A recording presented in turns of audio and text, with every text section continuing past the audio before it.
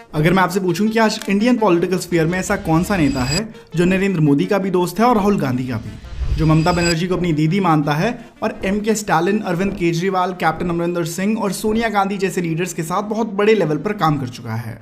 तो आप शायद मेरे इस सवाल पर यकीन नहीं करेंगे, लेकिन हमारे देश के राजनीतिक गलियारों में एक ऐसा नेता है जो वक्त वक्त पर इन सभी पॉलिटिकल लीडर्स का एडवाइजर बनकर इनकी इलेक्शन जीतने में मदद कर चुका है। मैं बात कर रहा हूं प्रशांत किशोर की, जो अब तक एक इलेक्शन स्ट्रैटेजिस्ट के रूप में कई इंडियन इलेक्शंस में हिस्सा ले चुके हैं। एक इलेक्शन स्ट्रैटेजिस्ट का काम होता है डेटा का इस्तेमाल करके ये प्लान करना कि इस बार उनके नेता को किस तरह लोगों के सामने लाया जाए, किस तरह के मुद्दे उठाए जाएं और किन मुद्दों पर वोट्स मांगी जाएं। जो व्यक्ति इस सब प्लानिंग को सबसे बेहतर ढंग से कर पाता है उसी को इलेक्शन स्ट्रैटेजिस्ट कहते हैं। और इत्तेफाक से प्रशांत किशोर देश के सबसे अच्छे इलेक्शन स्ट्रैटेजिस्ट माने जाते हैं, जिन्होंने 2014 में नरेंद्र मोदी को लोकसभा चुनाव जीतने में मदद करी थी। तो आज के इस वीडियो में हम यही जानेंगे कि आखिर प्रशांत किशोर एक इलेक्शन स्ट्रैटेजिस्ट बने कैसे, और फिर कैसे नरेंद्र मोदी ने उन्हें अपने साथ काम करने के लिए अमेरिका से बुलाया, कैसे उन्होंने 2014 इलेक्शंस में मोदी के नाम को घर घर पहुंचाया, और फिर कैसे उनको एक वक्त पर मोदी से अपना रास्ता अलग करना पड़ा, और कैसे आज प्रशांत किशोर बिहार के ग्राउंड पर जाकर बिहार की फ्यूचर पॉलिटिकल डेस्टिनी को बदलने की तरफ मेहनत से काम कर रहे हैं। तो आइए let's unveil the story of the mastermind of Indian politics, Prashant Kishor. ये कहानी शुरू होती है बिहार के बक्सर जिले से, जहां बड़े होते हुए प्रशांत किशोर पढ़ाई में कम और दूसरी चीजों में ज्यादा ध्यान देते थे। प्रशांत के पिता डॉक्टर थे और वो शुरू से ही प्रशांत पर पढ़ाई के लिए खासा जोर देते थे। तेज दिमाग था, इसलिए कम पढ़ाई में भी अच्छे मार्क्स ले आते थे। मैथ्स इनकी बचपन से ही बड़ी मजबूत थी और यही सब्जेक्ट इन्हें सबसे ज़्यादा पसंद भी था। नंबर्स का जोड़ घटाव करना इन्होंने अपनी ज़िंदगी के अर्ली ईयर्स में ही सीख लिया था और यही आगे चलकर इनके काम भी आने वाला था। 12th के एग्जाम्स दिए तो मैथ्स का रिजल्ट ऐसा आया कि सब देखते रह गए। 150 में से 148 मार्क्स लाकर प्रशांत ने खुद को और दूसरों को ये साफ दिखा दिया था कि इनकी मैथ्स में अंडरस्टैंडिंग एक्स्ट्रा ऑर्डिनरी है। यहाँ पर इनके पिता ने इन्हें वही traditional route of education follow करने को कहा जो आमतौर पर हर इंडियन स्टूडेंट को कहा जाता है कि जेईई देकर इंजीनियरिंग करो और फिर सिविल सर्विसेज का एग्जाम निकालकर सिविल सर्विसेज ज्वाइन करो। प्रशांत के ऊपर प्रेशर तो था, लेकिन वो प्रेशर को डिफ्लेक्ट करना भी बखूबी जानते थे। उन्होंने तय करा कि वो इंजीनियरिंग ना करके दिल्ली यूनिवर्सिटी जाकर स्टैटिस्टिक्स की पढ़ाई करेंगे। इससे उनका कोर्स थोड़ा आसान भी होगा और साथ ही वो दिल्ली जाकर एक नई दुनिया देख सकेंगे। फिर प्रशांत किशोर दिल्ली आए, यूनिवर्सिटी में एडमिशन भी लिया, लेकिन फिर कुछ ही वक्त में जब उनकी तबीयत खराब हुई और उनका यहाँ इंटरेस्ट भी कहीं गायब होने लगा, तो यूनिवर्सिटी की पढ़ाई बीच में ही छोड़कर वापस बिहार चले गए। बिहार आकर अगले 3 साल तक प्रशांत ने अपनी पढ़ाई में गैप ले लिया। इस वक्त को प्रशांत याद करते हुए बताते हैं कि ये उनकी जिंदगी का एक बड़ा ही कठिन दौर था, जहाँ उनका अक्सर अपने पिता के साथ मतभेद होता रहता था और वजह थी उनकी ग्रेजुएशन, जिसे वो छोड़कर आ गए थे। अपने पिता के कई बार कहने पर 3 साल के गैप के बाद प्रशांत फिर से ग्रेजुएशन करने का फैसला करते हैं और इस बार लखनऊ जाते हैं। लखनऊ से अपनी ग्रेजुएशन पूरी करने के बाद उन्होंने एक बार फिर 2 साल का गैप लिया और इन 2 सालों के बाद वो हैदराबाद गए, जहाँ से उन्होंने अपनी पोस्ट ग्रेजुएशन करी। ये तो थी उनकी स्टूडेंट लाइफ, लेकिन अब उनका प्रोफेशनल जीवन शुरू होने वाला था, जो कि इस कहानी को अब और भी इंटरेस्टिंग बनाएगा। पोस्ट ग्रेजुएशन के बाद प्रशांत किशोर यूनाइटेड नेशंस की इंडियन विंग में जॉब पाते हैं और यूनाइटेड नेशंस को ज्वाइन कर लेते हैं। यहाँ जॉब पाकर यंग प्रशांत किशोर को जब मौका मिला कि वो बिहार जाकर पोलियो वैक्सीन के प्रोग्राम को ओवरलुक करें और वहाँ के ऑपरेशंस को मैनेज करें, तो प्रशांत किशोर ने झट से हाँ कह दिया और एक बार फिर बिहार आ गए। हम मिस्टर किशोर की कहानी में आगे भी कई बार देखेंगे कि इनका बिहार से जाने का और वापस बिहार लौट कर आने का सिलसिला यूं ही चलता रहेगा। बिहार आकर उन्होंने यूनाइटेड नेशंस के पब्लिक हेल्थ प्रोग्राम में काम करा, जहां इनकी मुलाकात इनकी फ्यूचर वाइफ जानवी दास से भी हुई, जो कि एक डॉक्टर थी और वहां मेडिकल प्रोग्राम में हिस्सा लेने आई थी। स्ट्रैटेजी और मैनेजमेंट में प्रशांत बहुत अच्छे थे, इसलिए सिर्फ 2 साल तक उनके बिहार में किए गए काम से उनके सीनियर्स इतने इम्प्रेस हुए कि उन्हें यूनाइटेड नेशंस के दिल्ली ऑफिस में काम करने के लिए बुला लिया। ये यूनाइटेड नेशंस का इंडिया कंट्री ऑफिस था और यहाँ आना किसी के भी लिए एक बहुत बड़ी उपलब्धि मानी जाती है। यहाँ पर भी अच्छा काम किया तो इनकी अगली पोस्टिंग हुई यूनाइटेड नेशंस हेडक्वार्टर्स में। यूएन हेडक्वार्टर्स में काम करने के लिए प्रशांत अपने परिवार सहित अमेरिका के न्यूयॉर्क शहर जाकर रहने लगे। यहाँ आकर प्रशांत किशोर की जिंदगी में पूरी तरह से स्टेबिलिटी आ गई थी। यहाँ उनकी फैमिली थी, वो अच्छे पैसे कमा रहे थे और साथ ही यूएन में एक डिप्लोमैट भी बन गए थे। एक आम नौजवान को भला इससे ज्यादा और क्या ही चाहिए होगा, लेकिन प्रशांत किशोर का काम करने का तरीका कुछ अलग था।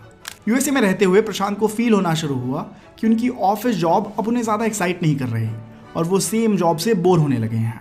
इसीलिए उन्होंने अपने सीनियर्स को कहा कि वो एक फील्ड जॉब करना चाहते हैं जहां वो ग्राउंड पर जाकर स्ट्रैटेजी और एग्जीक्यूशन पर काम कर सकें।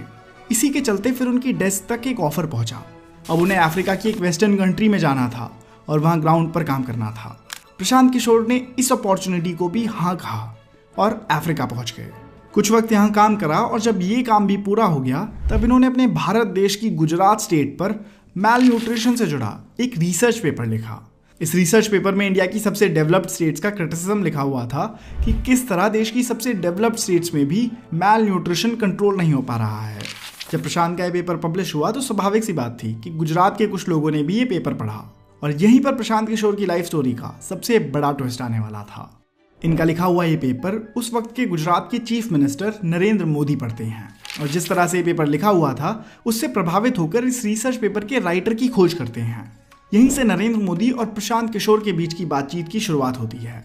मोदी प्रशांत किशोर से कहते हैं कि भाई अगर आप वाकई में बदलाव लाने की सोच रखते हैं तो शिकायत क्यों करते हो, मैं आपको गुजरात में आकर काम करने के लिए इन्वाइट करता हूँ, आप आइए और गुजरात में आकर ग्राउंड पर काम कीजिए। यहीं पर प्रशांत किशोर जो अब तक एक वेल सेटल जिंदगी जी रहे थे, यूएन के डिप्लोमैट बन गए थे, वो अपनी जिंदगी की सबसे लंबी लीप ऑफ फेथ लेने वाले थे। यहाँ उनके पास दो चॉइसेस थी, या तो वो यूएन में रहकर ही अपनी वेल सेटल जिंदगी को एंजॉय कर सकते थे और आने वाले वक्त को अमेरिका में गुजार सकते थे, या फिर वापस भारत आकर भारत की ग्रोथ में कॉन्ट्रीब्यूट कर सकते थे। और अब जब उन्हें एक स्टेट के चीफ मिनिस्टर की तरफ से काम करने का इन्विटेशन आया तो प्रशांत किशोर ने अपने देश को चुना और अपनी नौकरी छोड़कर गुजरात आ गए। ये साल 2011 की बात है जब नरेंद्र मोदी पहली बार प्रशांत किशोर से मिले और धीरे धीरे दोनों ने फ्यूचर पॉलिसीज और इलेक्टोरल पॉलिटिक्स को डिस्कस करना शुरू करा।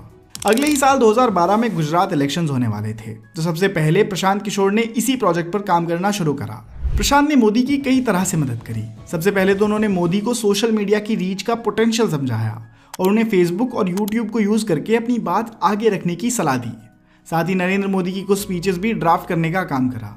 जब इन स्पीचेस में सीएम मोदी को पोटेंशियल और मटेरियल दिखा तो वो बड़े इंप्रेस हुए और उन्होंने प्रशांत को अपनी स्पीच ड्राफ्टिंग टीम में जोड़ लिया। ऐसा कर करके प्रशांत ने नरेंद्र मोदी से रिस्पेक्ट और ट्रस्ट जीतनी शुरू करी और कुछ ही समय की बात थी कि दोनों की अंडरस्टैंडिंग इतनी बढ़ गई कि 2012 के गुजरात इलेक्शंस के लिए प्रशांत किशोर नरेंद्र मोदी के लिए ऑफिशियली एक इलेक्शन स्ट्रैटेजिस्ट बन गए। प्रशांत किशोर यहाँ से अपनी जिंदगी का एक नया चैप्टर शुरू करने वाले थे, इलेक्शन स्ट्रैटेजिस्ट। ये टैग प्रशांत किशोर के नाम से हमेशा के लिए जुड़ने वाला था। ये रोल पॉलिटिकल पार्टीज में इसके पहले नॉन एग्जिस्टेंट था और अब जो इलेक्शंस में होने वाला था ऐसा इंडियन पॉलिटिक्स में पहले कभी नहीं देखा गया था। प्रशांत किशोर का पॉलिटिकल जगत में आगाज इतनी तेज होने वाला था कि आज एक दशक बाद इन्हें भारतीय पॉलिटिक्स का चाणक्य भी कहा जाता है।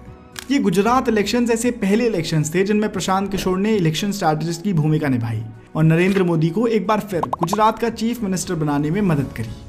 प्रशांत के इनोवेटिव आइडियाज और प्लान से इंप्रेस होकर मोदी ने 2014 लोकसभा इलेक्शंस के लिए इन्हें अपनी टीम में जोड़ लिया। अब मिशन था नरेंद्र मोदी को देश का प्रधानमंत्री बनवाना और इसके लिए जरूरत थी कि अब तक जहां वो गुजरात के लीडर के तौर पर जाने जाते थे, अब उनका लोगों के सामने ऐसा प्रोजेक्शन होना था कि देश भर से लोग उन्हें एक नेशनल लीडर के तौर पर देखने लगे। ये कैंपेन कई महीने चला और इसमें प्रशांत ने कई तरीकों से कंट्रीब्यूट करा। 2012 तक मीडिया में नरेंद्र मोदी की छवि भी बहुत खराब थी और कोई भी उन्हें इंटरव्यूज नहीं देना चाहता था। इस प्रॉब्लम को टैकल करने में भी प्रशांत ने उनकी मदद करी और ऐसी स्ट्रैटेजी बनाई कि देश भर से नरेंद्र मोदी को एक्सेप्टेंस मिलनी शुरू हो गई। सबसे पहले तो उन्होंने सोशल मीडिया के इस्तेमाल को और बढ़ चढ़ कर यूज करने की सलाह दी, जिसके बाद ही नरेंद्र मोदी के यूट्यूब और फेसबुक पर वीकली अपलोड शुरू हुए, जहां उनकी स्पीचेस अब डायरेक्टली यूट्यूब के जरिए लोगों तक पहुंच रही थी। इसके साथ ही 2013 में प्रशांत किशोर ने अपने दूसरे को फाउंडर्स के साथ मिलकर सिटीजन्स फॉर अकाउंटेबल गवर्नेंस की शुरुआत करी, जिसमें कि एक आम आदमी भी आगे आकर पॉलिटिक्स में हिस्सा ले सकता था और इससे पॉलिटिकल पार्टिसिपेशन बढ़ने लगी। इसी के साथ कई इनोवेटिव कैंपेन्स किए गए ताकि नरेंद्र मोदी को देश भर में प्रमोट करा जा सके, जैसे कि चाय पे चर्चा, 3D हॉलोग्राम रैलीज और रन फॉर यूनिटी।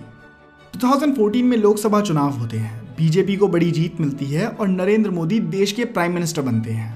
इसी के साथ प्रशांत किशोर अपने मिशन में सक्सेसफुल साबित हुए और उनका ये सबसे बड़ा प्रोजेक्ट अब फिनिश हुआ।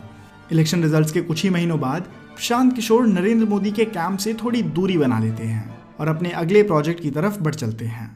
यहाँ उनकी सेपरेशन की वजह उन्होंने ये बताई कि इलेक्शन के पहले प्रशांत किशोर ने भारतीय ब्यूरोक्रेसी में लेटरल एंट्री लाने की बात करी थी और मोदी जी ने इस बात से एग्री भी किया था, लेकिन पीएम बनने के तुरंत बाद क्योंकि कई सारे प्रोजेक्ट्स पर काम हो रहा था तो लेटरल एंट्री के मुद्दे पर पीएम मोदी थोड़े हेजिटेंट दिखे और इसी बात को संकेत समझ प्रशांत किशोर ने तय करा कि अब उन्हें अपने अगले प्रोजेक्ट की तरफ रुख कर लेना चाहिए।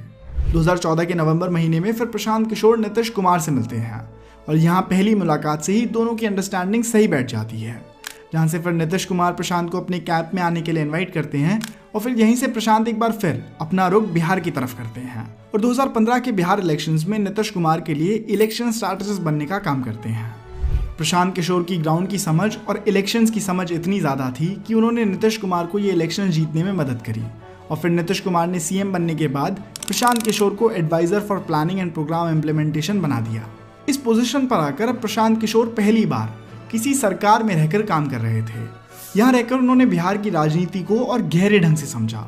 उनको समझ आया कि कैसे एक आइडिया और इम्प्लीमेंटेशन के बीच कई लेयर्स होती हैं और कोई भी पॉलिसी डिसीजन लेने पर कितने डाइवर्स तरह के रिस्पॉन्स लोगों से मिलते हैं। अगले 2 सालों तक बिहार में ही काम करा और फिर वो अपने अगले इलेक्शन स्ट्रैटेजी के प्रोजेक्ट पर चले गए। अगले कुछ सालों में कैप्टन अमरिंदर सिंह, जगन मोहन रेड्डी, अरविंद केजरीवाल, ममता बनर्जी और एमके स्टालिन के साथ प्रशांत किशोर ने एक इलेक्शन स्ट्रैटेजिस्ट के रूप में काम करा और इन सभी पॉलिटिशियंस को इनके स्टेट इलेक्शंस में जीत दिलाने में मदद करी। इन सभी प्रोजेक्ट से प्रशांत ने करोड़ों रुपयों की संपत्ति कमा ली थी और अब वो अपनी जिंदगी के अगले चैप्टर में जाना चाहते थे। 2021 के तमिलनाडु इलेक्शंस के बाद प्रशांत किशोर ने ये अनाउंस करा कि अब वो एक इलेक्शन स्ट्रैटेजिस्ट का काम क्विट कर रहे हैं। 2011 से 2021 तक प्रशांत किशोर इंडिया में रहे, अलग अलग स्टेट्स में पॉलिटिक्स की हाईएस्ट लेवल पर ऑपरेशंस देखे, जगह जगह जाकर लोगों की समस्याएं सुनी और उन्हें समझने की कोशिश करी। जब वो पॉलिटिशियंस की इलेक्शन जीतने में मदद करते थे तो वो पाते थे कि जितना काम इलेक्शन के वक्त होता है वही नेता जिसे उन्होंने जिताने में मदद करी है वो बाद में कंप्लेसेंट हो जाता है और ग्राउंड पर ज्यादा कोई बदलाव नहीं आता। और इलेक्शंस में अक्सर नेता तो जीत जाता है लेकिन इस सब के बीच हार जाती है जनता, जहां साल दर साल उन्हें सिर्फ झूठे वादे मिलते हैं। और ये समस्या प्रशांत किशोर की होम स्टेट बिहार में तो और ज्यादा गंभीर है। बिहार आज देश का सबसे पिछड़ा राज्य माना जाता है। बिहार आज डेवलपमेंट के मैट्रिक्स पर सबसे पिछड़ा राज्य है और पिछले कितने ही दशकों से यहाँ के नेताओं ने यहाँ की पब्लिक को लूट कर अपनी जेबें भरी हैं और इंफ्रास्ट्रक्चर के मायनों में यहाँ कोई काम नहीं हुआ है। जब प्रशांत किशोर को ये प्रॉब्लम बिल्कुल करीब से दिखी तो उन्होंने तय करा कि वो खुद ही इसका जिम्मा उठाएंगे और अपनी आगे की पूरी जिंदगी बिहार को आगे बढ़ाने की तरफ डेडिकेट कर देंगे। यहीं से इन्होंने जन स्वराज की शुरुआत करी जो आगे चलकर बिहार की एक पॉलिटिकल पार्टी बनेगी। अभी प्रशांत किशोर बिहार की पदयात्रा पर हैं जहां वो गांव-गांव जाकर अपना मैसेज लोगों तक पहुंचा रहे हैं और उन्हें उनकी वोट की इंपॉर्टेंस को लेकर जागरूक कर रहे हैं। आज बिहार का नौजवान रोजगार ढूंढने के लिए दूसरे स्टेट्स में जाकर काम करता है, जिससे बिहार के गांवों में नौजवानों की संख्या काफी कम है और उनका परिवार पीछे छूट गया है। इसी बिहार के टैलेंट को बिहार में वापस लाने की तरफ और बिहार की ग्रोथ स्टोरी से जोड़ने के प्रयास में प्रशांत किशोर लगे हुए हैं। हमें पूरी उम्मीद है कि अगर प्रशांत किशोर के पास बिहार में पॉलिटिकल पावर आएगी तो वो जरूरी बिहार के ऊपर से पिछड़े हुए राज्य के टैग को हटा देंगे। आपका प्रशांत किशोर के ऊपर क्या ओपिनियन है हमें कमेंट्स में जरूर बताइएगा। अगर आप ऐसी वीडियो पहली बार देख रहे हैं और ऐसी और वीडियोस देखना चाहते हैं तो दोस्तों इस चैनल को सब्सक्राइब कर लीजिए क्योंकि मैं आपके लिए ऐसी वीडियोस लाता रहूँगा। धन्यवाद।